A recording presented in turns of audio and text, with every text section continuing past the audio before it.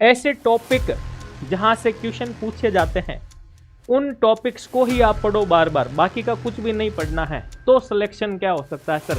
Surety के साथ हो सकता है।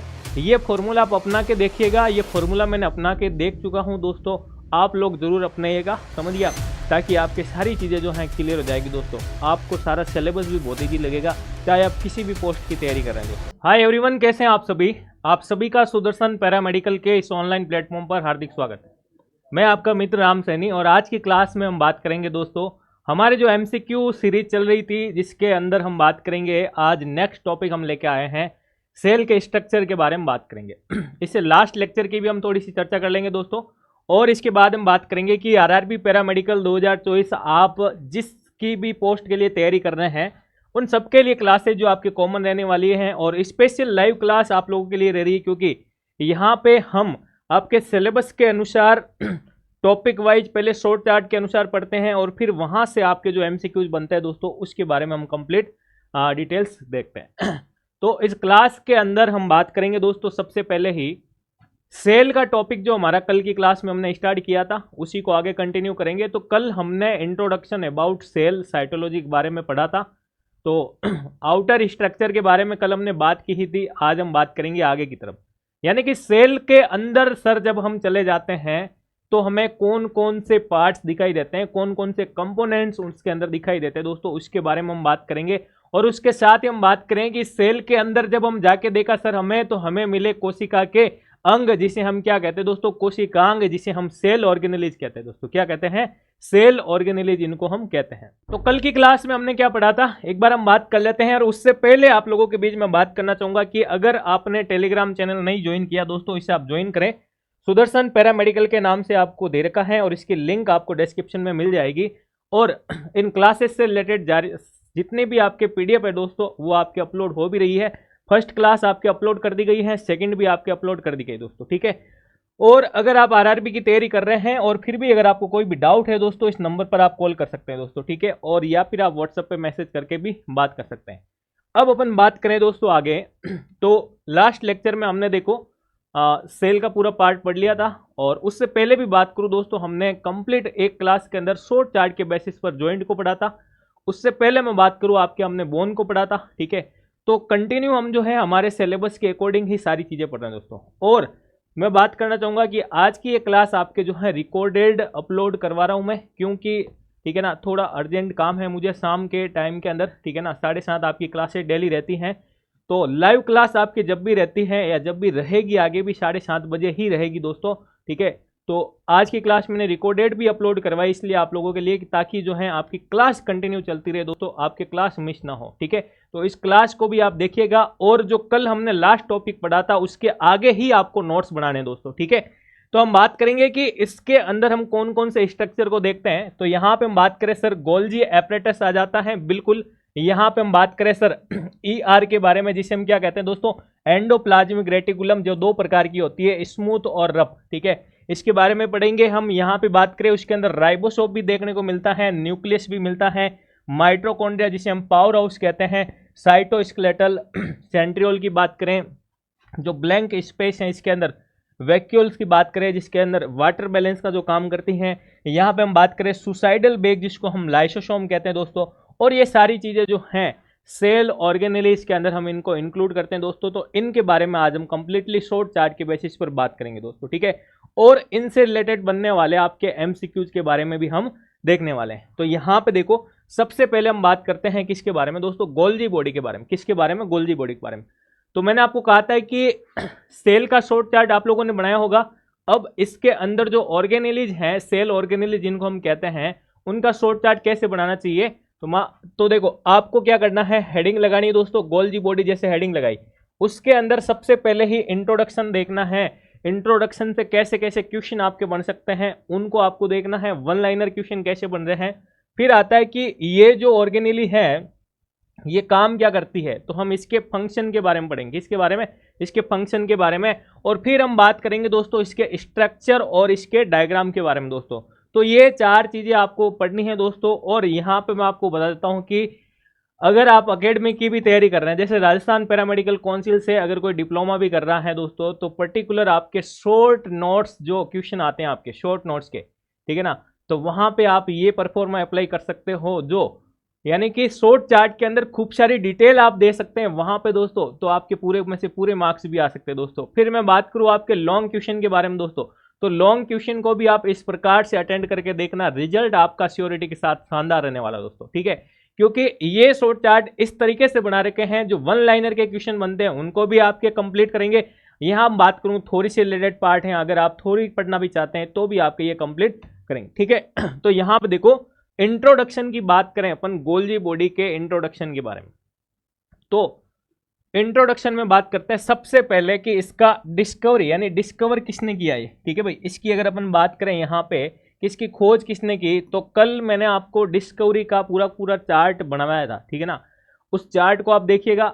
वहां पे भी मैंने सारी चीजें बता दी थी। साइटोलॉजी के अंदर जितने भी आपके मैं बात करूं कि खोज या डिस्कवर वाले क्वेश्चन हैं, वन लाइनर बनते हैं, वो क्लियर हो जाएंगे वहां से। तो कल की क्लास भी अगर दोस्तों आपने नहीं देखी है तो बिल्कुल आप उसे देखिएगा, और वहां से नोट्स भी बनाने हैं आपको। मैं अभी भी कह रहा हूं दोस्तों, नोट्स क्यों बनाने हैं, जब तक आप हाथ से नोट्स नहीं बनाओगे दोस्तों, तो रिवीजन करने के लिए आपके पास कोई कंटेंट नहीं रहेगा। और रिवीजन करते टाइम अगर आपके खुद के हैंड रिटन नोट्स हैं तो उनको आप पढ़ोगे तो आपको जल्दी से याद होंगे दोस्तों, समझिए। और फिर आप क्या करेंगे, टेस्ट सीरीज लगाएंगे तो भी आपके लिए वो क्या होगा, फायदा करेगा। क्यों? क्योंकि जब आप खुद लिख करके नोट्स बनाते हो, उनको रीड करते हो, रिवाइज करते हो, तो चीज़ें अपने आप आपकी क्लियर हो जाती दोस्तों। इस बात का आप विशेष ध्यान रखें, ठीक है। तो उस चार्ट को भी बना लेना आप, डिस्कवरी वाले चार्ट को, जिसने नहीं बनाया। तो गोल्जी बॉडी की डिस्कवरी या खोज किसने की दोस्तों, कैमिलो गोल्जी ने ही की थी। किसने की थी? कैमिलो गोल्जी नाम के व्यक्ति ने। और कैमिलो गोल्जी के नाम से ही हम इसको क्या कहते हैं, गोल्जी एपरेटस या गोल्जी बॉडी इसको हम कहते हैं, ठीक है ना। ये क्या होता है, ये नेटवर्क ऑफ थ्रेड होता है, ठीक है ना, सेल के अंदर। इसके अदर नाम क्या क्या हो सकते हैं दोस्तों, तो आपसे इसके अदर नाम पूछे तो आपको बताना है। इसको हम बेकर्स बॉडी भी कहते हैं, इसको हम लाइपोकॉन्ड्रिया भी कहते हैं, इसको हम डोल्टन कॉम्प्लेक्स डीसी भी कहते हैं, और इसे हम ट्रैफिक पुलिस भी कहते हैं दोस्तों, ठीक है। तो ये याद रखें यहाँ पे ये सारी चीजें भी, ठीक है। और बोथ मीडियम के आप लोग बहुत ज्यादा कह रहे हो, इसलिए बोथ मीडियम पढ़ा रहा हूँ, क्योंकि कुछ लोग हैं, या मैं बात करूँ कुछ मेरे साथी जो हैं हिंदी मीडियम से भी हैं, कुछ फ्रेंड्स जो हैं वो इंग्लिश मीडियम से भी हैं, तो दोनों के लिए जो है सफिशियंट रहेगा, क्योंकि हमें दोनों को साथ में लेके चलना है दोस्तों, तो इस वजह से हम दोनों की बात करेंगे। तो गोल्जी बॉडी के अदर नेम से रिलेटेड क्वेश्चन पूछा जाए तो क्या बताओगे? अगर आपके पास एमसीक्यू आ गया कि इनमें से गोल्जी बॉडी का स्पेसिफिक नाम या अदर नाम, या इट इज आल्सो कॉल्ड, तो बेकर्स बॉडी भी कह सकते हैं, लाइपोकॉन्ड्रिया भी कह सकते हैं दोस्तों, डॉल्टन कॉम्प्लेक्स भी कह सकते हैं, और इसे हम ट्रैफिक पुलिस भी कहते हैं। ये सारे नाम दोस्तों आपको याद रखना है दोस्तों, ठीक है। फिर हम बात करें made up of lipoprotein. Made up of lipoprotein, lipoprotein से मिलकर ये बना होता है, और इसका ओरिजिन कहां से होता है? अगर आपसे पूछा जाए दोस्तों कि गोल्जी बॉडी का ओरिजिन कहां से होता है, तो क्या बताओगे? एंडोप्लाज्मिक रेटिकुलम से। कहां से होता है दोस्तों? एंडोप्लाज्मिक रेटिकुलम से होता है दोस्तों। कहां से होता है? एंडोप्लाज्मिक रेटिकुलम से इसका क्या होता है दोस्तों? ओरिजिन होता है, यानी इसकी उत्पत्ति होती है दोस्तों, ठीक है। आगे बात करें अगर अपन यहां पे, तो देखिए कि इन प्लांट्स यानी पौधों के अंदर, इन प्लांट्स यानी पौधों के अंदर, दीज आर स्केटर्ड, यानी कि ये बिखरे हुए रहते हैं। दीज आर स्केटर्ड यानी कि ये बिखरे हुए रहते हैं in the form of irregular, irregular यानी अनियमित शेप में, इन साइटोप्लाज्म यानी साइटोप्लाज्म में, दैट इज कोल्ड, जिसे हम क्या कहते हैं? डिक्टियोसोम कहते हैं। क्या कहते हैं? जिसे हम डिक्टियोसोम कहते हैं। ये बात आप बिल्कुल याद रखेंगे दोस्तों, ठीक है। आगे देखो एक अच्छी लाइन आ रही है आपके लिए, functional unit of Golgi body. Golgi body की कार्यात्मक इकाई या फंक्शनल यूनिट कौन सी होती है दोस्तों? तो आप क्या बताओगे? सिस्टर्नी। क्या कहते हैं उसे? सिस्टर्नी। इसे आप क्या करेंगे दोस्तों? इसे आप इंपॉर्टेंट लगाएंगे। क्या लगाएंगे दोस्तों? इसे आप जब क्या करेंगे, इसे आप इंपॉर्टेंट लगाएंगे, ठीक है ना, कि फंक्शनल यूनिट कौन सी है। फंक्शनल यूनिट की अगर आपसे बात की जाए सिस्टर्नी के बारे में, तो बिल्कुल आप इसे इंपॉर्टेंट लगा लेना, है ना। गोल्जी बॉडी की फंक्शनल यूनिट क्या होती है? सिस्टर्नी, ठीक है। एक दिन मैंने आपको और भी कहा था कि जितने भी आपके यूनिट वाले क्वेश्चन बनते हैं, जितने भी यूनिट वाले क्वेश्चन बनते हैं, उनका एक चार्ट बना लीजिए दोस्तों। यूनिट का क्वेश्चन पूछा जाता है, आप बिल्कुल पीवाईक्यू उठा के देखिएगा आरआरबी पैरामेडिकल के, उसके अंदर आपको यूनिट का क्वेश्चन मिल जाएगा। तो फ्री में 1 नंबर मिल रहा है आपको, ठीक है ना, ज़्यादा कुछ मेहनत करनी नहीं है यहाँ पे, विदाउट एनर्जी आपको 1 नंबर मिल रहा है, क्योंकि बेसिक चीज़ें हैं। तो एक एक नंबर से ही आपका सिलेक्शन होगा दोस्तों, बूंद बूंद से घड़ा बढ़ता है, समझ गया। तो इसलिए आप क्या करेंगे, ये सारी चीज़ें याद रखेंगे। आगे बात करते हैं इसके फंक्शन के बारे में। याद तो फंक्शन देखो, गोल्जी बॉडी क्या काम करती है, सेल सिक्रेशन का काम करती है, ठीक है ना। क्या काम करती है, सिक्रेट करने का काम करती है, स्त्रावन का काम करती है, ठीक है। फॉर्मेशन ऑफ लाइसोसोम, ये लाइसोसोम का फॉर्मेशन करने का काम करती है। तो एक सेल के अंदर लाइसोसोम का फॉर्मेशन कौन करता है, अगर आपसे पूछा जाए तो गोल्जी बॉडी करती है। कौन करती है, गोल्जी बॉडी या apparatus. Synthesis of cell wall membrane, cell wall materials, cell wall materials का सिंथेसिस भी करती है, और फॉर्मेशन ऑफ एक्रोसोम, एक्रोसोम का फॉर्मेशन भी करती है। एक्रोसोम का फॉर्मेशन कब करती है, ये करती है ड्यूरिंग स्पर्मेटोजेनेसिस। इस बात को भी याद रखें दोस्तों, स्पर्मेटोजेनेसिस के दौरान ये क्या करता है, आपके एक्रोसोम का फॉर्मेशन करता है। किसका करता है, एक्रोसोम। स्पर्म का जो हेड पार्ट है उसे हम क्या कहते हैं, एक्रोसोम कहते हैं, जिसके अंदर हम बात करें सिर्फ क्रोमोसोमल मटेरियल होता है, बिल्कुल।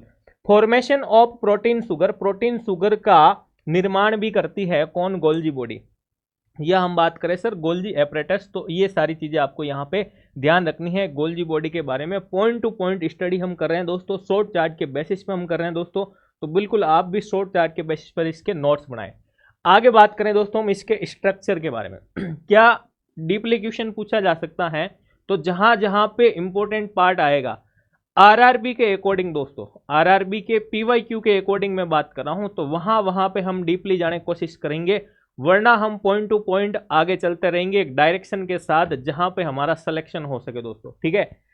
तो यहां पे देखो स्ट्रक्चर की बात आती है, तो आपसे क्वेश्चन पूछा जा सकता है कि इनमें से गोल्जी बॉडी के स्ट्रक्चर में इंक्लूड किए जाते हैं, तब तो आपको क्या क्या ध्यान रखना है, वहां पे सिस्टर्नी आएगा, ट्यूब्यूल्स आएगा और वेसाइकल्स आएगी। क्या आएगी, सिस्टर्नी आएगा, ठीक है ना, ट्यूब्यूल्स आएगी और वेसाइकल्स, और डी ऑप्शन में आपको कह दिया ऑल ऑफ अबव, तो वो क्वेश्चन आपका सही हो जाएगा। सिस्टर्नी की बात करते हैं, जो आपके गोल्जी बॉडी की क्या होती है दोस्तों, फंक्शनल यूनिट होती हैं, एमसीक्यूज में पूछा जा सकता है, तो इसे आप जरूर याद रखें दोस्तों, ठीक है ना। ये आपके अनब्रांचेड होती है, यानी ये ब्रांच के अंदर नहीं होती है, अशाखित जिसे हम कहते हैं, बेग लाइक स्ट्रक्चर होता है। इसके डायमीटर की बात करें दोस्तों हम, तो 0.5 से लेके 1 माइक्रोमीटर, ठीक है ना। और ये जो होते हैं आपके काउंट्स में डिफरेंट होते हैं, और इसके अंदर हम बात करें दोस्तों 2 फेस होते हैं, सिस और ट्रांस जिसे हम कहते हैं, क्या कहते हैं, सिस और ट्रांस जिसे हम इसको कहते हैं, ठीक है भाई। तो ये जो है आपको गोल्जी एपरेटस का डायग्राम दिख रहा होगा, जिसमें फंक्शनल यूनिट जो है आपकी क्या कहलाती है, सिस्टर्नी कहलाती है दोस्तों, ठीक है ना। और इसकी जो गुआ है, ठीक है ना, जिसे हम क्या कहते हैं, ल्यूमन कहते हैं दोस्तों। और ये आपके सिस फेस आ गया, और ये आपके क्या आ गया दोस्तों, ट्रांस फेस, जो इसके अंदर हमने कहा कि 2 फेस इसके अंदर जो है प्रेजेंट होते हैं दोस्तों। और यहाँ पे हमने बात की थी कि वेसाइकल्स प्रेजेंट होती हैं, तो बिल्कुल यहाँ पे हमने कहा है वेसाइकल्स जो है प्रेजेंट होती है दोस्तों, ठीक है ना। और ये एक बेग लाइक स्ट्रक्चर हो सकता है, बिल्कुल हम बात करें सिस्टर्नी जो है आपके बेग लाइक स्ट्रक्चर थैलेनुमा संरचना में जो हमें दिखाई दे सकती है, ठीक है। तो गोल्जी बॉडी के बारे में दोस्तों, जिसे हम सेल के अंदर ट्रैफिक पुलिस कहते हैं, जिसे हम क्या कहते हैं दोस्तों, ट्रैफिक पुलिस कहते हैं। अभी भी कह रहा हूँ, आपके स्पेसिफिक नेम से रिलेटेड क्वेश्चन आया हुआ है दोस्तों, इसे आप ध्यान रखें, ये आपके क्वेश्चन पूछा गया है, ठीक है, तो इसको आप याद रखेंगे। और दूसरी चीज ये आती है दोस्तों, एक नई चीज आपको बताता हूं, और कि अगर आप जो है स्मार्ट स्टडी करना चाहते हैं, ठीक है ना, स्मार्ट स्टडी, तो स्मार्ट स्टडी किसे कहते हैं दोस्तों, अभी मैं बात करता हूं आपको कि स्मार्ट स्टडी हम किसको कह सकते हैं दोस्तों। अब सर कि हमारे पास जो है टाइम को देखते हुए अगर हम बात करें दोस्तों, कि आपके पास जो है दोस्तों क्या है, 2 मंथ है, क्या है दोस्तों, 2 मंथ यानी 2 महीने हैं दोस्तों, अभी भी आपके पास 2 महीने में आप एक शानदार तैयारी कर सकते हैं दोस्तों। अभी भी आपको बता रहा हूं, मान लीजिए आपको जो है कितने नंबर लाने हैं दोस्तों, अगर कोई दोस्त जो है 75 से 80 का एक टारगेट लेके चलता है दोस्तों, तो 75 से 80 पेपर के अंदर उसको क्या बनाने पड़ेंगे दोस्तों, नोट्स बनाने पड़ेंगे। क्या बनाने पड़ेंगे, नोट्स बनाने पड़ेंगे। उसके हर एक पेपर से, उसके हर एक पेपर से, उसके हर एक पेपर से एक क्वेश्चन दोस्तों, एक क्वेश्चन दोस्तों आना चाहिए। तो इतना इंपॉर्टेंट आपको काम करना पड़ेगा। उसके हर एक क्वेश्चन से आपके मैं बात करूंगा क्या, एक क्वेश्चन जो है उसके आना चाहिए। तो ये चीज आपको कंप्लीटली ध्यान रखनी है। तो उस प्रकार के आप अगर नोट्स बनाते हैं दोस्तों, ठीक है ना, तो जो हम बात करें कि उन नोट्स के सहारे आपके 75 से 80, तो इसके लिए क्या चाहिए आपको, इसके लिए चाहिए आपको क्या, इंपॉर्टेंट क्वेश्चन चाहिए, या मैं बात करूं इंपॉर्टेंट क्या चाहिए दोस्तों, इंपॉर्टेंट टॉपिक चाहिए दोस्तों। क्या चाहिए, इंपॉर्टेंट टॉपिक। ऐसे टॉपिक जहां से क्वेश्चन पूछे जाते हैं उन टॉपिक्स को ही आप पढ़ो बार बार, बाकी का कुछ भी नहीं पढ़ना है। तो सिलेक्शन क्या हो सकता है सर, श्योरिटी के साथ हो सकता है। ये फॉर्मूला आप अपना के देखिएगा, ये फॉर्मूला मैंने अपना के देख चुका हूं दोस्तों, आप लोग जरूर अपनाइएगा, समझ गया, ताकि आपकी सारी चीज़ें जो हैं क्लियर हो जाएगी दोस्तों। आपको सारा सिलेबस भी बहुत ईजी लगेगा, चाहे आप किसी भी पोस्ट की तैयारी कर रहे हैं दोस्तों, ठीक है ना। तो यहाँ पे ये तरीका अपना के देखना दोस्तों। आगे बात करते हैं दोस्तों अपन, अब बात करते हैं अपन एंडोप्लाज्मिक रेटिकुलम के बारे में। किसके बारे में बात करेंगे, एंडोप्लाज्मिक रेटिकुलम के बारे में यहाँ पे हम बात करते हैं। एंडोप्लाज्मिक रेटिकुलम को हम क्या कहते हैं दोस्तों, अंतःपर्देवी जालिका कहते हैं। सर क्या कहते हैं, अंतःपर्देवी जालिका हम इसको कहते हैं, बिल्कुल इसको हम अंतःपर्देवी जालिका या ईआर कहते हैं, ठीक है। इस ईआर से अभी हमने देखा है गोल्जी बॉडी का फॉर्मेशन होता है या उत्पत्ति होती है, ओरिजिन होता है, तो ये भी याद रखना है। इसके भी इंट्रोडक्शन की बात करें दोस्तों, ये कैसा होता है सर, ये फ्लैट होता है। कैसा होता है, ये देखने में चपटा हो सकता है, bag like structure with small tubular network system, ठीक है ना। ट्यूबुलर नेटवर्क सिस्टम यानी कि हम बात करें इसमें कि सर ये बेग की तरह संरचना है, और ये ट्यूबुलर यानी कि हम बात करें यहाँ पे ट्यूब के समान दिखाई देने वाला एक नेटवर्क तंत्र, यानी बात करें एक जाल के समान तंत्र होता है। Ribosome present on its surface, इसके सरफेस के ऊपर क्या प्रेजेंट होते हैं, तो हमने कहा सर राइबोसोम प्रेजेंट होते हैं। क्या प्रेजेंट होते हैं, राइबोसोम। इसकी खोज किसने की, तो पोर्टर ने इसकी खोज की। किसने की दोस्तों, पोर्टर, ठीक है ना। तो ये भी आपको याद रखना है डिस्कवरी के बारे में एंडोप्लाज्मिक रेटिकुलम के अंदर। ये काम क्या करते हैं इसकी अपन बात करते हैं। एक एक लाइन के अंदर आपका एक एक एमसीक्यूज है दोस्तों, इसलिए अच्छे से आप देखिएगा और अच्छे से नोट्स बनाएगा साथ साथ, ठीक है। एंडोप्लाज्मिक रेटिकुलम क्या काम करता है, इस सेल के अंदर अगर एंडोप्लाज्मिक रेटिकुलम है तो वो क्या काम करता है, ठीक है ना। हमारे बॉडी जो है वो सेल से मिलकर बनी है, इसलिए हम इसको क्या कहते हैं, हमारे शरीर के अंदर हम इसको फंक्शनल या फंडामेंटल या बेसिक स्ट्रक्चरल यूनिट भी कहते हैं। तो ये इसके अंदर जब ईआर प्रेजेंट हो तो ईआर का काम क्या है, इसकी भी हम चर्चा करते हैं दोस्तों। तो ये मैकेनिकल सपोर्ट प्रोवाइड करता है। क्या करता है, ये यांत्रिक सहारा देता है, ठीक है ना, सेल को। किसको, सेल को। तो मैकेनिकल सपोर्ट सेल को कौन प्रोवाइड करती है, क्वेश्चन अगर आपसे पूछा जाए तो आप क्या बताओगे, आपको बताना है एंडोप्लाज्मिक रेटिकुलम। कौन करता है दोस्तों, एंडोप्लाज्मिक रेटिकुलम आपको याद रखना है, ठीक है। आगे हम बात करें दोस्तों यहाँ पे फॉर्मेशन ऑफ माइक्रोट्यूब्यूल्स। क्या, फॉर्मेशन ऑफ माइक्रोट्यूब्यूल्स याद रखना है कि ये माइक्रोट्यूब्यूल्स और माइक्रोफिलामेंट्स का क्या करता है दोस्तों, फॉर्मेशन करता है। और इसके साथ ही हम बात करें सेल के एंडोस्केलेटन का भी फॉर्मेशन करता है, और इंटरसेलुलर एक्सचेंज में भी ये हेल्प करता है। और इसके साथ ही हम बात करें यहाँ पे दोस्तों आपके help in synthesis of lipoprotein and glycogen, ठीक है ना। ग्लाइकोजन और लिपोप्रोटीन के सिंथेसिस में क्या करता है, हेल्प करता है। और न्यूक्लियर मेम्ब्रेन का फॉर्मेशन करने का भी काम करता है। तो वेरी इंपॉर्टेंट, इसको भी आप लगाइएगा कि सेल के अंदर दोस्तों आपके न्यूक्लियर मेम्ब्रेन का फॉर्मेशन कौन करता है, तो आपके एंडोप्लाज्मिक रेटिकुलम करता है। कौन करता है दोस्तों, एंडोप्लाज्मिक रेटिकुलम करता है। इसके साथ बात करें दोस्तों आपके फॉर्मेशन ऑफ लाइसोसोम और गोल्जी बॉडी। तो अभी हमने इससे पहले जब गोल्जी बॉडी पढ़ा है, तब मैंने आपको बताया था कि गोल्जी बॉडी की उत्पत्ति जो है वो कहाँ से होती है, तो हमने कहा था सर ईआर से होती। कहां से होती है, ईआर से होती है।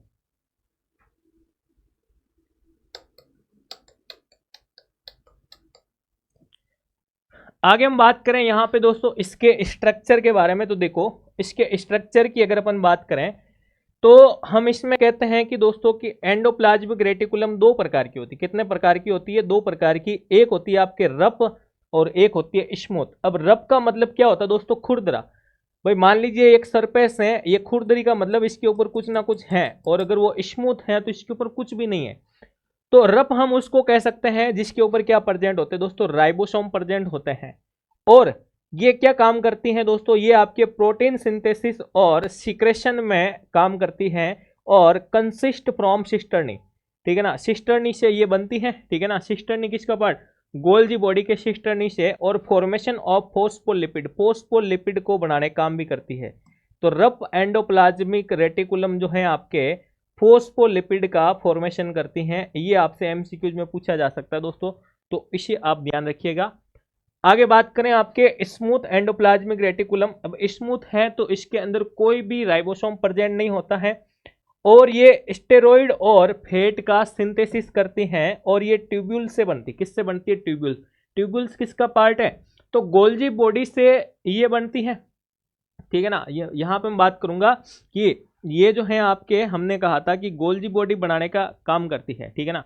तो उसके ट्यूब्यूल्स किसका पार्ट आ गया, गोल्जी बॉडी का। तो ये दोनों प्रकार आपको याद रखना है, रफ एंडोप्लाज्मिक रेटिकुलम और स्मूथ एंडोप्लाज्मिक रेटिकुलम।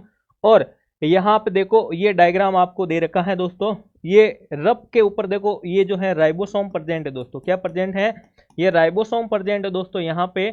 और ये स्मूथ की बात करूं तो जिसके ऊपर कुछ भी नहीं प्रेजेंट है, राइबोसोम प्रेजेंट नहीं है, जिसे हम क्या कहते हैं, स्मूथ एंडोप्लाज्मिक रेटिकुलम। और दूसरा आपके क्या आ गया दोस्तों, रफ एंडोप्लाज्मिक रेटिकुलम दोस्तों, ये आपको यहाँ पे ध्यान रखना है। तो एंडोप्लाज्मिक रेटिकुलम के बारे में आपको ये सारी जानकारी याद रखनी है दोस्तों। तो देखो, जो हमने कहा कि हम सेल की ऑर्गेनेलिज के बारे में पढ़ रहे हैं, तो बिल्कुल हमने गोल्जी एपरेटस का शॉर्ट चार्ट पढ़ा है और ईआर का शॉर्ट चार्ट पढ़ा है, ठीक है ना। आगे हम बात करते हैं दोस्तों नेक्स्ट शॉर्ट चार्ट। ये शॉर्ट चार्ट आपको बनाते रहना दोस्तों, ये शॉर्ट चार्ट आपको सारे के सारे बनाने भी हैं। आगे देखो लाइसोसोम के बारे में बात करते हैं, किसके बारे में, लाइसोसोम के बारे में। और लाइसोसोम से रिलेटेड कैसे क्वेश्चन बनते हैं, वन लाइनर हम यहाँ पे बात कर लेंगे, बाकी एमसीक्यूज के अंदर भी आपको कुछ क्वेश्चन देखने को मिलेंगे दोस्तों, ठीक है। तो देखो लाइसोसोम, लाइसोसोम का इंट्रोडक्शन क्या कहता है कि इसकी डिस्कवरी की है आपके सी डी दुए ने की है, ठीक है ना। क्रिश्चियन डे दुए, जो इसका फुल फॉर्म है, पूरा नाम है, found in the form of vesicle, ठीक है ना, वेसाइकल के फॉर्म में ये प्रेजेंट हो सकता है। और यहाँ पे हम बात करें दोस्तों आपके मैनी डाइजेस्टिव एंजाइम प्रेजेंट, यहाँ पे क्या प्रेजेंट होते हैं दोस्तों, डाइजेस्टिव एंजाइम प्रेजेंट होते हैं दोस्तों, क्या प्रेजेंट होते हैं, डाइजेस्टिव एंजाइम, ठीक है। तो डाइजेस्टिव एंजाइम अगर आपसे पूछा जाए दोस्तों ऑप्शन में, तो आप क्या बताओगे, लाइसोसोम आपको बताना है। क्या बताना है दोस्तों, लाइसोसोम आपको यहाँ पे बताना है दोस्तों। तो लाइसोसोम का बिल्कुल आप ध्यान रखें कि लाइसोसोम के अंदर डाइजेस्टिव एंजाइम प्रेजेंट होते हैं, ये इंपॉर्टेंट है दोस्तों, याद रखें, इसका एमसीक्यू पूछा जा सकता है, ठीक है ना। तो मैनी डाइजेस्टिव एंजाइम प्रेजेंट होते हैं, और इसे हम क्या कहते हैं सर, और इसे हम कहते हैं suicidal bag of cell. Suicidal bag of cell, cell के अंदर सुसाइडल बैग अगर आपसे पूछा जाए, आत्मघाती थैली, ठीक है ना।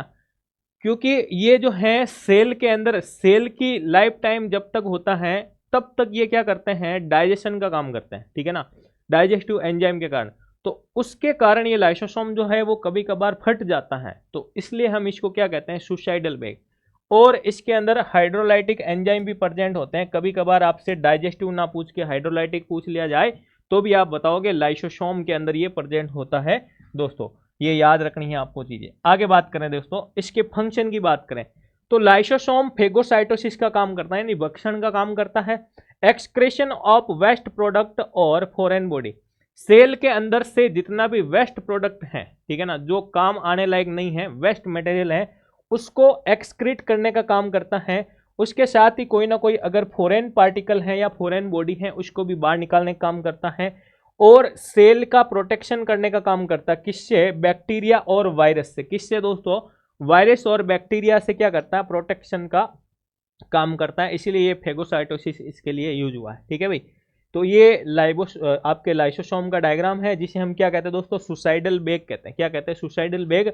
और यहाँ पे इंपॉर्टेंट चीज आपके लिए ये है कि डाइजेस्टिव एंजाइम इसके अंदर आपके प्रेजेंट होता है दोस्तों, इस बात का आपको विशेषली ध्यान रखना है दोस्तों। आगे बात करें, देखो माइटोकॉन्ड्रिया क्या आता है, अब माइटोकॉन्ड्रिया, माइटोकॉन्ड्रिया के बारे में चर्चा करते हैं एक बार। माइटोकॉन्ड्रिया वही है जिसे हम कहते हैं क्या, कोशिका का पावर हाउस, ठीक है ना। कोई पावर हाउस कहता है तो कोई बिजली घर कहता है, ठीक है ना, ऊर्जा घर कहता है, एनर्जी हाउस कहता है, तो ये सारे इसके उपनाम है, ये याद रखने हैं। माइटोकॉन्ड्रिया का इंडिकेशन कहता है कि ये एक डबल मेम्ब्रेन ऑर्गेनेली होती, कैसी, डबल मेम्ब्रेन ऑर्गेनेल्स होती हैं। डबल का मतलब इसमें दो मेम्ब्रेन होती है, आउटर और इनर। तो ये भी आपको याद रखना है। कभी कभार ऐसा भी पूछा जा सकता है कि सेल में आपके डबल मेम्ब्रेन ऑर्गेनेलिज कौन कौन सी हैं। सिंपल क्वेश्चन है दोस्तों, बन सकता है। डिस्कवर की बात करें दोस्तों तो अल्टमैन ने इसका डिस्कवर किया था, और नाम किसने दिया था इसका? बेंडा। तो हमने कल भी ये पढ़ा था डिस्कवरी वाले चार्ट में अल्टमैन और बेंडा के बारे में, तो ये भी आपको याद रखना है। इसे हम जो है पावर हाउस ऑफ सेल कहते हैं। क्या कहते हैं? सेल का पावर हाउस कहते हैं। लेकिन ये बताया किसने था? ये सी के विट ने बताया था। किसने बताया था दोस्तों? सी के विट ने ये बताया था आपके किसके बारे में, कि माइटोकॉन्ड्रिया जो है वो पावर हाउस का काम करता है, सेल के पावर हाउस के रूप में काम करता है। ये सी के विट ने बताया था दोस्तों। तो क्वेश्चन अभी तक ऐसा ही आया कि पावर हाउस ऑफ सेल किसे कहा जाता है। तो क्वेश्चन अब ये भी बन सकता है कि powerhouse of cell mitochondria जिसके बारे में बताया वो किसने बताया था। ठीक है, इसे सेल का ऑक्सीडेशन सेंटर भी कहते हैं। क्या कहते हैं दोस्तों? ऑक्सीडेशन सेंटर भी कहते हैं। और यहाँ पे कार्बोहाइड्रेट और फैट का ऑक्सीडेशन भी होता है। क्या होता है? कार्बोहाइड्रेट और फैट का ऑक्सीडेशन। और यहाँ पे बात करें कि सबसे छोटा माइटोकॉन्ड्रिया किस में पाया जाता है, अगर आपसे पूछा जाए दोस्तों, तो आप बिल्कुल बता सकते हैं कि हिस्ट के अंदर। किसके अंदर? हिस्ट के अंदर आपके सबसे छोटा माइटोकॉन्ड्रिया पाया जाता है। और ये अपसेंट किस में होता है, तो आप बता सकते हैं दोस्तों प्रोकैरियोटिक सेल्स, या फिर हम बात करें सर यहाँ पे हम कह रहे हैं कि आरबीसी के अंदर ये एब्सेंट होता है। तो कभी कभार पूछा जा सकता है माइटोकॉन्ड्रिया किसके अंदर एब्सेंट होता है, तो आरबीसी आप बता सकते हैं। ठीक है ना। इसके अलावा बात करें यहाँ पे आपके, ये अपना खुद का ओवन डीएनए रखती है। ठीक है ना, ये अपना खुद का क्या रखता है दोस्तों?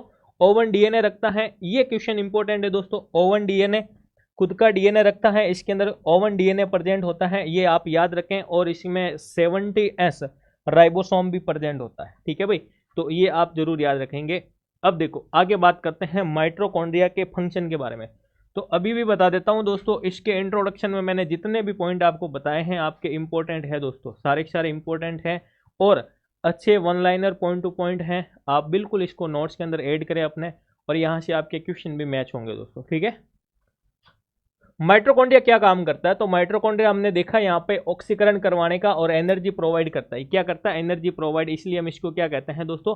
पावर हाउस कहते हैं। क्या कहते हैं दोस्तों? पावर हाउस कहते हैं, इसलिए हम इसको। आगे बात करें इसके स्ट्रक्चर के बारे में, तो देखो यहाँ पे हमने कहा कि ये डबल मेम्ब्रेन ऑर्गेनेली होती है दोस्तों। क्या होती है? डबल मेम्ब्रेन ऑर्गेनेली होती है। तो डबल के लिए फिर दोनों चीजें आ गई, आउटर और इनर। क्या क्या आ गई दोस्तों? आउटर और इनर दोनों ही आ गई। बिल्कुल यहाँ पे दोनों आ गई सर। आउटर माइटोकॉन्ड्रियल मेम्ब्रेन आ गई और इनर माइटोकॉन्ड्रियल मेम्ब्रेन आ गई। ठीक है, और इनर के अंदर हमने कहा कि सर सिस्टर्नी प्रेजेंट होती। क्या प्रेजेंट होती दोस्तों? सिस्टर्नी जो है यहाँ पे प्रेजेंट होती है, ये आपके, ठीक ना, सॉरी क्रिस्टी। क्या प्रेजेंट होती है? क्रिस्टी। ठीक है, सिस्टर्नी तो आपके गोल्जी बॉडी में आ जाती है। किस में आ जाती है? गोल्जी। यहाँ पे हम कहते हैं इसको क्रिस्टी, सॉरी क्रिस्टी कहते हैं ना, क्रिस्टी प्रेजेंट होती है। फिर हम बात करें कि इनर माइटोकॉन्ड्रियल मेम्ब्रेन के अंदर आपकी क्या प्रेजेंट होती है दोस्तों? मैट्रिक्स प्रेजेंट होती है। इसके अंदर क्या प्रेजेंट होती है दोस्तों? यहाँ पे मैट्रिक्स, ये यहाँ पे दे रखी है आपको कि बीच में आपको ये जो मैटर दिखाई दे रहा है। और बात करें कि सर इंटर मेम्ब्रेन स्पेस भी होता है, तो a narrow space between the inner और आउटर मेम्ब्रेन। ठीक है भाई, तो डबल मेम्ब्रेन का मतलब आपके एक आउटर और एक आपके इनर हो गई। तो इन दोनों के बीच में जो नैरो स्पेस है उसे हम क्या कहते हैं? इंटर मेम्ब्रेन स्पेस कहते हैं। तो स्ट्रक्चर के अंदर आपको 5 चीजें याद रखनी है। एक तो आपके आउटर लेयर आ गई, एक आपके इनर आ गई, क्रिस्टी आ गई, मैट्रिक्स आ गई और स्पेस आ गया, इंटर मेम्ब्रेन स्पेस आ गया दोस्तों। तो ये आपको सारी चीजें यहाँ पे याद रखनी दोस्तों। ओके, और इसके अंदर डीएनए प्रेजेंट होता है, जो इसका ओवन डीएनए होता है। ऐसा क्वेश्चन भी बार बार पूछा गया दोस्तों, तो ये भी आप इस क्वेश्चन को याद करेंगे दोस्तों। आगे देखो, अब अपन बात करते हैं वैक्यूल्स के बारे में। किसके बारे में बात करें दोस्तों? वैक्यूल्स के बारे में। तो बिल्कुल जो यूट्यूब पे साथी क्लास को देख रहे हैं दोस्तों, बिल्कुल कमेंट करके बताना आप कि आपको ये शॉर्ट चार्ट की टेक्निक जो है कैसी लग रही है। कि सर हम कंप्लीट थ्योरी को ना पढ़ करके, हम कंप्लीट गाइड के बेसिस पर ना पढ़ करके वन लाइनर को एक ही चार्ट के अंदर पढ़ रहे हैं पर्टिकुलर टॉपिक वाइज, तो आप लोगों को कैसा लग रहा है? बिल्कुल इस क्लास को देख करके आप कमेंट करके ज़रूर बताएं। और अगर आपको बढ़िया लग रही है तो इसके अंदर मैं कुछ चीज़ें और भी ऐड कर सकता हूँ आपके इसी के साथ ही जो क्रॉस मैच वाली टेक्निक होती है उसको भी अपन यूज कर सकते हैं। तो बिल्कुल आप कमेंट करके बताना आपको, ठीक है भाई। और यहाँ पे मैं और बात करूंगा कि आप बिल्कुल एमसीक्यूज लगाने की कोशिश करें दोस्तों, ठीक है। और एक मैंने वीडियो भी डाला आपके यूट्यूब पे कि कम समय के अंदर आप आरआरबी की अब तैयारी कैसे कर सकते हैं, तो बिल्कुल आप उसको देखें और उसको फॉलो करें दोस्तों। ये कंप्लीट जो रणनीति मैंने बताई है वो मेरी खुद की रणनीति है दोस्तों। जिस तरीके से मैं पढ़ता हूँ कि इस तरीके से मैंने नोट्स तैयार कर रखे हैं, तो इसी तरीके से यानी कि इसमें से ही क्वेश्चन बनेंगे। आपको कोई भी किताब इधर उधर से लाने की आवश्यकता नहीं है। तो उससे कहते हैं दोस्तों आपके स्मार्ट रणनीति, ठीक है। तो उसी बेसिस पर ही आप तैयारी करके देखिएगा, आपका सिलेक्शन जरूर होगा दोस्तों, ठीक है।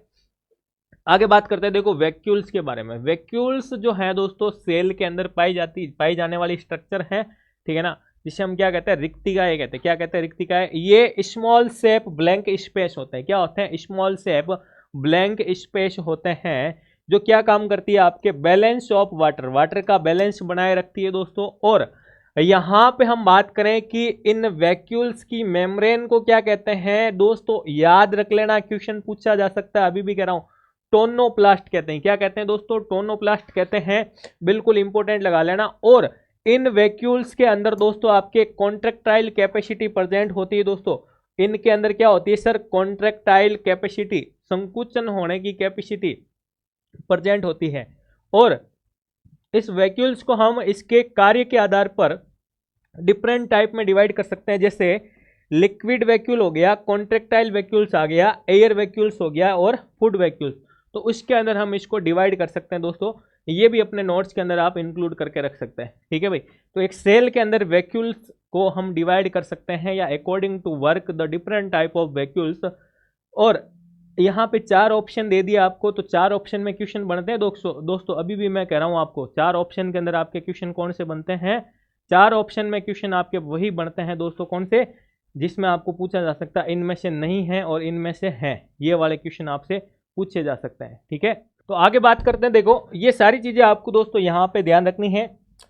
अब हम बात करते हैं दोस्तों सेंट्रोसोम के बारे में, ठीक है भाई। एक एक ऑर्गेनेलिज को मैं आपको बढ़िया तरीके से पढ़ा रहा हूँ, शॉर्ट चार्ट के बेसिस पे, बिल्कुल आप पढ़ते रहिएगा, है ना। तो सेंट्रोसोम की बात करें, जिसका डिस्कवर किसने किया दोस्तों, टी बोवेरी ने। किसने किया दोस्तों, टी बोवेरी ने इसका डिस्कवर किया है दोस्तों। अभी भी कह रहा हूं, कुछ ऐसे क्वेश्चन होते हैं जो बार बार रिपीट होते हैं आपके कॉम्पिटिटिव एग्जाम के अंदर, उनको आप विशेषली याद रखें, ठीक है। ये सेंट्रोसोम आपके रोड शेप के अंदर होता है, और इसे हम क्या कहते हैं दोस्तों, लोकोमोटरी ऑर्गेनाइल भी कहते हैं, ठीक है ना। लोकोमोटरी ऑर्गेनेली भी कहते हैं, इसे याद रखें दोस्तों, ये आपसे पूछा जा सकता है, ठीक है भाई। और सेंट्रोसोम जो होते हैं दोस्तों आपके, वो फॉर्मेशन ऑफ स्पिंडल फाइबर का फॉर्मेशन करते हैं डिवीजन के दौरान, ठीक है। मेड फ्रॉम ट्यूबुलर स्ट्रक्चर, या फिर हम बात करें ट्यूबुलर प्रोटीन, ट्यूब्यूल प्रोटीन, तो ये आपके ट्यूबुलर स्ट्रक्चर का बना होता है। और इसके चारों तरफ हम कह सकते हैं दोस्तों क्या, नॉन क्रिस्टल परिकेंद्रीय है, यहाँ पे याद रखना, ठीक है ना। परिकेंद्रीय फ्लूइड, या हम बात करें द्रव्य जो है प्रेजेंट होता है। और located near the cell nucleus के जस्ट पास में ये आपके जो है लोकेटेड होता है। और इसका काम क्या होता है, तो इसका रोल होता है आपके सेल डिवीजन के अंदर। किसके अंदर होता है दोस्तों, सेल डिवीजन के अंदर इसका रोल होता है। सेल डिवीजन के समय 2 सेंट्रियोल्स में डिवाइड होता है, और सेल के अंदर ऑपोजिट पोल्स में पहुंचकर किसका फॉर्मेशन करता है सर, ये स्पिंडल का फॉर्मेशन करता है। अभी हमने बात की थी ना, ये स्पिंडल फाइबर का फॉर्मेशन करने का काम करता है। तो इसलिए आपको ध्यान रखना, सेल डिवीजन के दौरान स्पिंडल फाइबर का फॉर्मेशन कौन करता है, सेंट्रोसोम करता है दोस्तों। कौन करता है, सेंट्रोसोम करता है। तो ये सारी चीजें आपको दोस्तों यहाँ पे याद रखनी दोस्तों, ठीक है ना। तो ये सारे के सारे शॉर्ट चार्ट आपको बनाने हैं दोस्तों। अब हम बात करते हैं एमसीक्यूज की तरफ। जितने भी टॉपिक हम पढ़े हैं उनसे रिगार्डिंग हम जो है एमसीक्यूज की बात करें यहाँ पे, तो देखो सबसे पहला एमसीक्यूज है आपके सामने की, microtubules are made up of. Microtubule जो है वो किससे मिलकर बना होता है। ए ऑप्शन कह रहा आपसे मायोसिन प्रोटीन, बी कह रहा आपसे एक्टिन प्रोटीन, सी कह रहा आपसे ट्यूबुलिन प्रोटीन, और डी आपसे कह रहा दोस्तों ग्लोबुलिन प्रोटीन। तो माइक्रोट्यूब्यूल्स जब भी आपसे पूछा जाए दोस्तों, आप ट्यूबुलिन प्रोटीन बताओगे। क्या बताओगे दोस्तों, ट्यूबुलिन प्रोटीन इसका सही आंसर हो जाएगा। Which one of these give mechanical support to the cell. दोस्तों अभी मैंने आपको बताया था कि मैकेनिकल सपोर्ट का क्वेश्चन आपसे पूछा जा सकता है। मैकेनिकल सपोर्ट का क्वेश्चन जो आपसे पूछा जा सकता है, तो इस बात को आप ध्यान रखें। और अपन मैकेनिकल सपोर्ट जो है उसके बारे में पढ़ के भी आए हैं, तो यहाँ पे मैं आपको बता देता हूँ कि शॉर्ट चार्ट के अंदर दोस्तों हमने देखा है, अभी शॉर्ट चार्ट के अंदर अभी हमने पढ़ा था कि मैकेनिकल सपोर्ट कौन प्रोवाइड करता है दोस्तों आपके, हमने कहा था सर एंडोप्लाज्मिक रेटिकुलम। कौन करता है दोस्तों? एंडोप्लाज्मिक रेटिकुलम करता है। तो दोस्तों ऐसे ही क्वेश्चन आपके पूछे जाते हैं, तो बिल्कुल हमने कहा कि सर एंडोप्लाज्मिक रेटिकुलम जो है ये आपके क्या करता है, मैकेनिकल सपोर्ट प्रोवाइड करता है। विच ऑर्गेनेल रिलीज ऑक्सीजन, ठीक है ना, इसमें से हम बात करें कौन सा अंग जो है कोशिका का वो रिलीज करता है क्या दोस्तों, ऑक्सीजन रिलीज करता है। क्या रिलीज करता है दोस्तों? ऑक्सीजन रिलीज करता है। तो हम बात करेंगे राइबोसोम, गोल्जी एपरेटस, माइटोकॉन्ड्रिया और क्लोरोप्लास्ट। तो यहाँ पे ऑर्गेनेलिज कौन सी हैं जो ऑक्सीजन को रिलीज करने का काम करती दोस्तों? तो हम बात करेंगे सर क्लोरोप्लास्ट। कौन आ जाएगा दोस्तों यहाँ पे? क्लोरोप्लास्ट आपके क्या करता है दोस्तों, ऑक्सीजन को रिलीज करने का काम करता है। नेक्स्ट एमसीक्यूज की बात करें, one of the organelles is responsible for the formation of aster in cell division. Cell division में एस्टर के फॉर्मेशन के लिए कौन सा कोशिकांग या कौन सी ऑर्गेनेलिज जो है वो रेस्पॉन्सिबल होती हैं? ऑप्शन ए कह रहा आपसे सेंट्रोसोम, राइबोसोम, लाइसोसोम और क्रोमोसोम। तो एस्टर के फॉर्मेशन में, एस्टर के फॉर्मेशन के अंदर किसकी रेस्पॉन्सिबिलिटी, किसकी भागीदारी होती है दोस्तों? तो हम बात करें सर सेंट्रोसोम की। किसकी होती है दोस्तों? सेंट्रोसोम की होती है। तो ये भी आप याद रखिएगा। प्लाज्मा मेम्ब्रेन कंट्रोल करती हैं, ठीक है ना। प्लाज्मा कोशिका की जो झिल्ली है जिसे हम कहते हैं प्लाज्मा मेम्ब्रेन या cell membrane, absorption of water, या फिर हम बात करें passage of water and solutes in and out of the cell, cell के अंदर और बाहर। Passage of water and solutes into the cell या passage of water and solutes out of the cell. ये कह रहे हैं कि बाहर की तरफ, अंदर बाहर, या फिर हम बात करें वाटर का एब्जॉर्प्शन। तो ये आपको ध्यान रखना दोस्तों कि हमें पता है कि ये बाहर की तरफ, सेल के बाहर यानी आउट ऑफ द सेल कहाँ करती दोस्तों? हम बात करें यहाँ पे आउट ऑफ द सेल। तो यहाँ पे हम बात करेंगे water and solutes out of the cell. किस में आ जाएगा दोस्तों? आपके आउट ऑफ सेल। तो ये आ जाएगा आपके आउट ऑफ द सेल, यानी कि डी ऑप्शन। क्या आ जाएगा? D option. ATP is formed in, ATP का फॉर्मेशन होता है राइबोसोम, गोल्जी बॉडी, माइटोकॉन्ड्रिया और नन ऑफ द अबव। तो एटीपी का फॉर्मेशन सर सबको ही पता है। एटीपी का फॉर्मेशन जिसे हम पावर हाउस कहते हैं, एनर्जी प्रोवाइड करती हैं, तो उसे हम क्या कहते हैं दोस्तों? उसे हम कहते हैं सर माइटोकॉन्ड्रिया। क्या कहते हैं? माइटोकॉन्ड्रिया। तो ये भी आप याद रखें, हम पढ़ के आए थे। तो दोस्तों मेगा टेस्ट के बारे में आप लोगों को पता होगा, ठीक है। और अगर किसी ने मेगा टेस्ट नहीं दिया है दोस्तों तो अभी बता देता हूं, आप मेगा टेस्ट जरूर दीजिएगा। यहाँ पे मेगा टेस्ट आपके ऐप के अंदर दे रखा है, पर्टिकुलर आप आरआरबी की जो तैयारी कर रहे हैं उसके फोल्डर के अंदर आपको ये मिल जाएगा, ठीक है भाई। फोल्डर के अंदर आपको मिल जाएगा, मेगा टेस्ट के नाम से फोल्डर बना हुआ है, वहाँ पे आप इसे जरूर अटेंड करें, क्योंकि आरआरबी के पैटर्न के अनुसार आपको सारी चीज़ें वहाँ पे मिलने वाली है दोस्तों। नेक्स्ट आता है the essential gene material is, gene का आवश्यक मटेरियल या फिर हम बात करें द्रव्य कौन सा होता है? डीऑक्सी राइबो न्यूक्लिक एसिड जिसे हम डीएनए कहते हैं, या फिर हम बात करें राइबो न्यूक्लिक एसिड जिसे हम आरएनए कहते हैं, फैट एंड प्रोटीन, या फिर प्रोटीन दोस्तों, ठीक है ना। तो यहाँ पे हम बात करेंगे दोस्तों आपके जीन के लिए। तो जीन का आवश्यक द्रव्य कौन सा होता है दोस्तों? तो डीएनए आ जाता है। क्या आ जाता है दोस्तों? डीएनए, जिसे हम क्या कहते हैं? डीऑक्सी राइबो न्यूक्लिक एसिड, ठीक है। नेक्स्ट आ जाएगा what is the main function of ribosome in a cell, ठीक है ना। राइबोसोम का मुख्य कार्य क्या है? तो राइबोसोम का मुख्य कार्य प्रोटीन सिंथेसिस, यानी प्रोटीन का फॉर्मेशन या सिंथेसिस या संश्लेषण करना। इसीलिए हम इसे क्या कहते हैं दोस्तों? प्रोटीन फैक्ट्री भी कहते हैं। क्या कहते हैं दोस्तों? प्रोटीन फैक्ट्री भी इसे हम कहते हैं। ये भी आप ध्यान रखिएगा, स्पेसिफिक नाम। नेक्स्ट आता है कि which of the following is responsible for transfer of a hereditary characteristics from parent to offspring. इनमें से कौन जो है रेस्पॉन्सिबल है वो पेरेंट्स से, हम बात करें कि संतान यानी कि ऑफस्प्रिंग में आनुवांशिक विशेषता के लिए जिम्मेदार है, ठीक है ना, रेस्पॉन्सिबल है। ऑर्गेनेलिज, जीन, वैक्यूल या प्लास्टिड, बताइए भाई। तो ये हम बात करेंगे कि यहाँ पे आपके न्यूक्लियस से रिलेटेड क्वेश्चन है, ठीक है भाई। तो यहाँ पे हम किसके बारे में बात करेंगे दोस्तों? जीन के बारे में। सर किसके बारे में? जीन के बारे में, ठीक है। तो ये भी आपको याद रखना दोस्तों। Which organelles is animal cells can digest foreign material. तो दोस्तों आपको याद रखना है क्या कि एनिमल सेल में जो कौन सा अंग जो है दोस्तों आपके फॉरेन मटेरियल्स को क्या करता है, डाइजेस्ट करने का काम करता है, ठीक है ना। तो यहाँ पे आपको याद रखना दोस्तों लाइसोसोम, क्या याद रखना है दोस्तों, लाइसोसोम आपको यहाँ पे याद रखना दोस्तों, ठीक है। आगे बात करें, which of the following is not a double membrane bound organelles, ठीक है ना।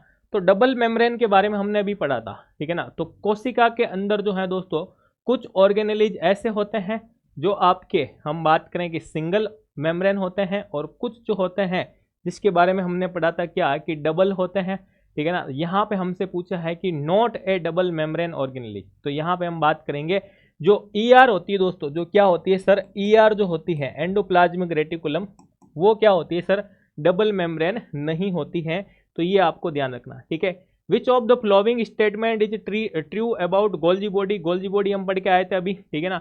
It is a sac like organelles, it is located near the nucleus, it helps in transporting the particles throughout the cell और all of the above, ठीक है भाई। तो यहाँ पे आपको गोल्जी बॉडी के बारे में बताना है, और गोल्जी बॉडी के बारे में दोस्तों ये सारे के सारे पॉइंट जो है वो बिल्कुल सही कह रहा है, इसलिए हम बात करेंगे यहाँ पे आपके ऑल ऑफ अबव जो है वो सारे के सारे इसमें आ जाएंगे दोस्तों, ठीक है। तो इस क्लास के अंदर दोस्तों हमने कंप्लीटली आपके ऑर्गेनेलिज वाला पार्ट जो है वो देखा है दोस्तों हमने, ठीक है। और उससे रिलेटेड खूब सारी डिटेल्स की भी चर्चा की है, तो बिल्कुल आप शॉर्ट चार्ट बना के अपने नोट्स के अंदर इन्हें ऐड कर लेना। सेल वाले टॉपिक के आगे गोल्जी बॉडी को पढ़ा है हमने, ठीक है, और endoplasmic reticulum, lysosome, mitochondria, vacuoles और सेंट्रोसोम के बारे में, और इनके बारे में दोस्तों मैंने क्वेश्चन भी आपको करवाए हैं, ठीक है भाई। तो यहाँ पे और इसके अलावा बता देता हूँ आपको कि जिन्होंने भी मेगा टेस्ट नहीं दिया है दोस्तों, ठीक है, तो वो जरूर मेगा टेस्ट दीजिएगा दोस्तों, ठीक है ना। और मेगा टेस्ट आपको अभी बता देता हूँ दोस्तों, आपके सुदर्शन पैरामेडिकल के नाम से जो ऐप दे रखा है दोस्तों, सुदर्शन पैरामेडिकल के नाम से यहाँ पे आप ऐप को बिल्कुल डाउनलोड करें दोस्तों, ठीक है ना। इसे आप डाउनलोड करके जरूर विजिट करें दोस्तों, ठीक है।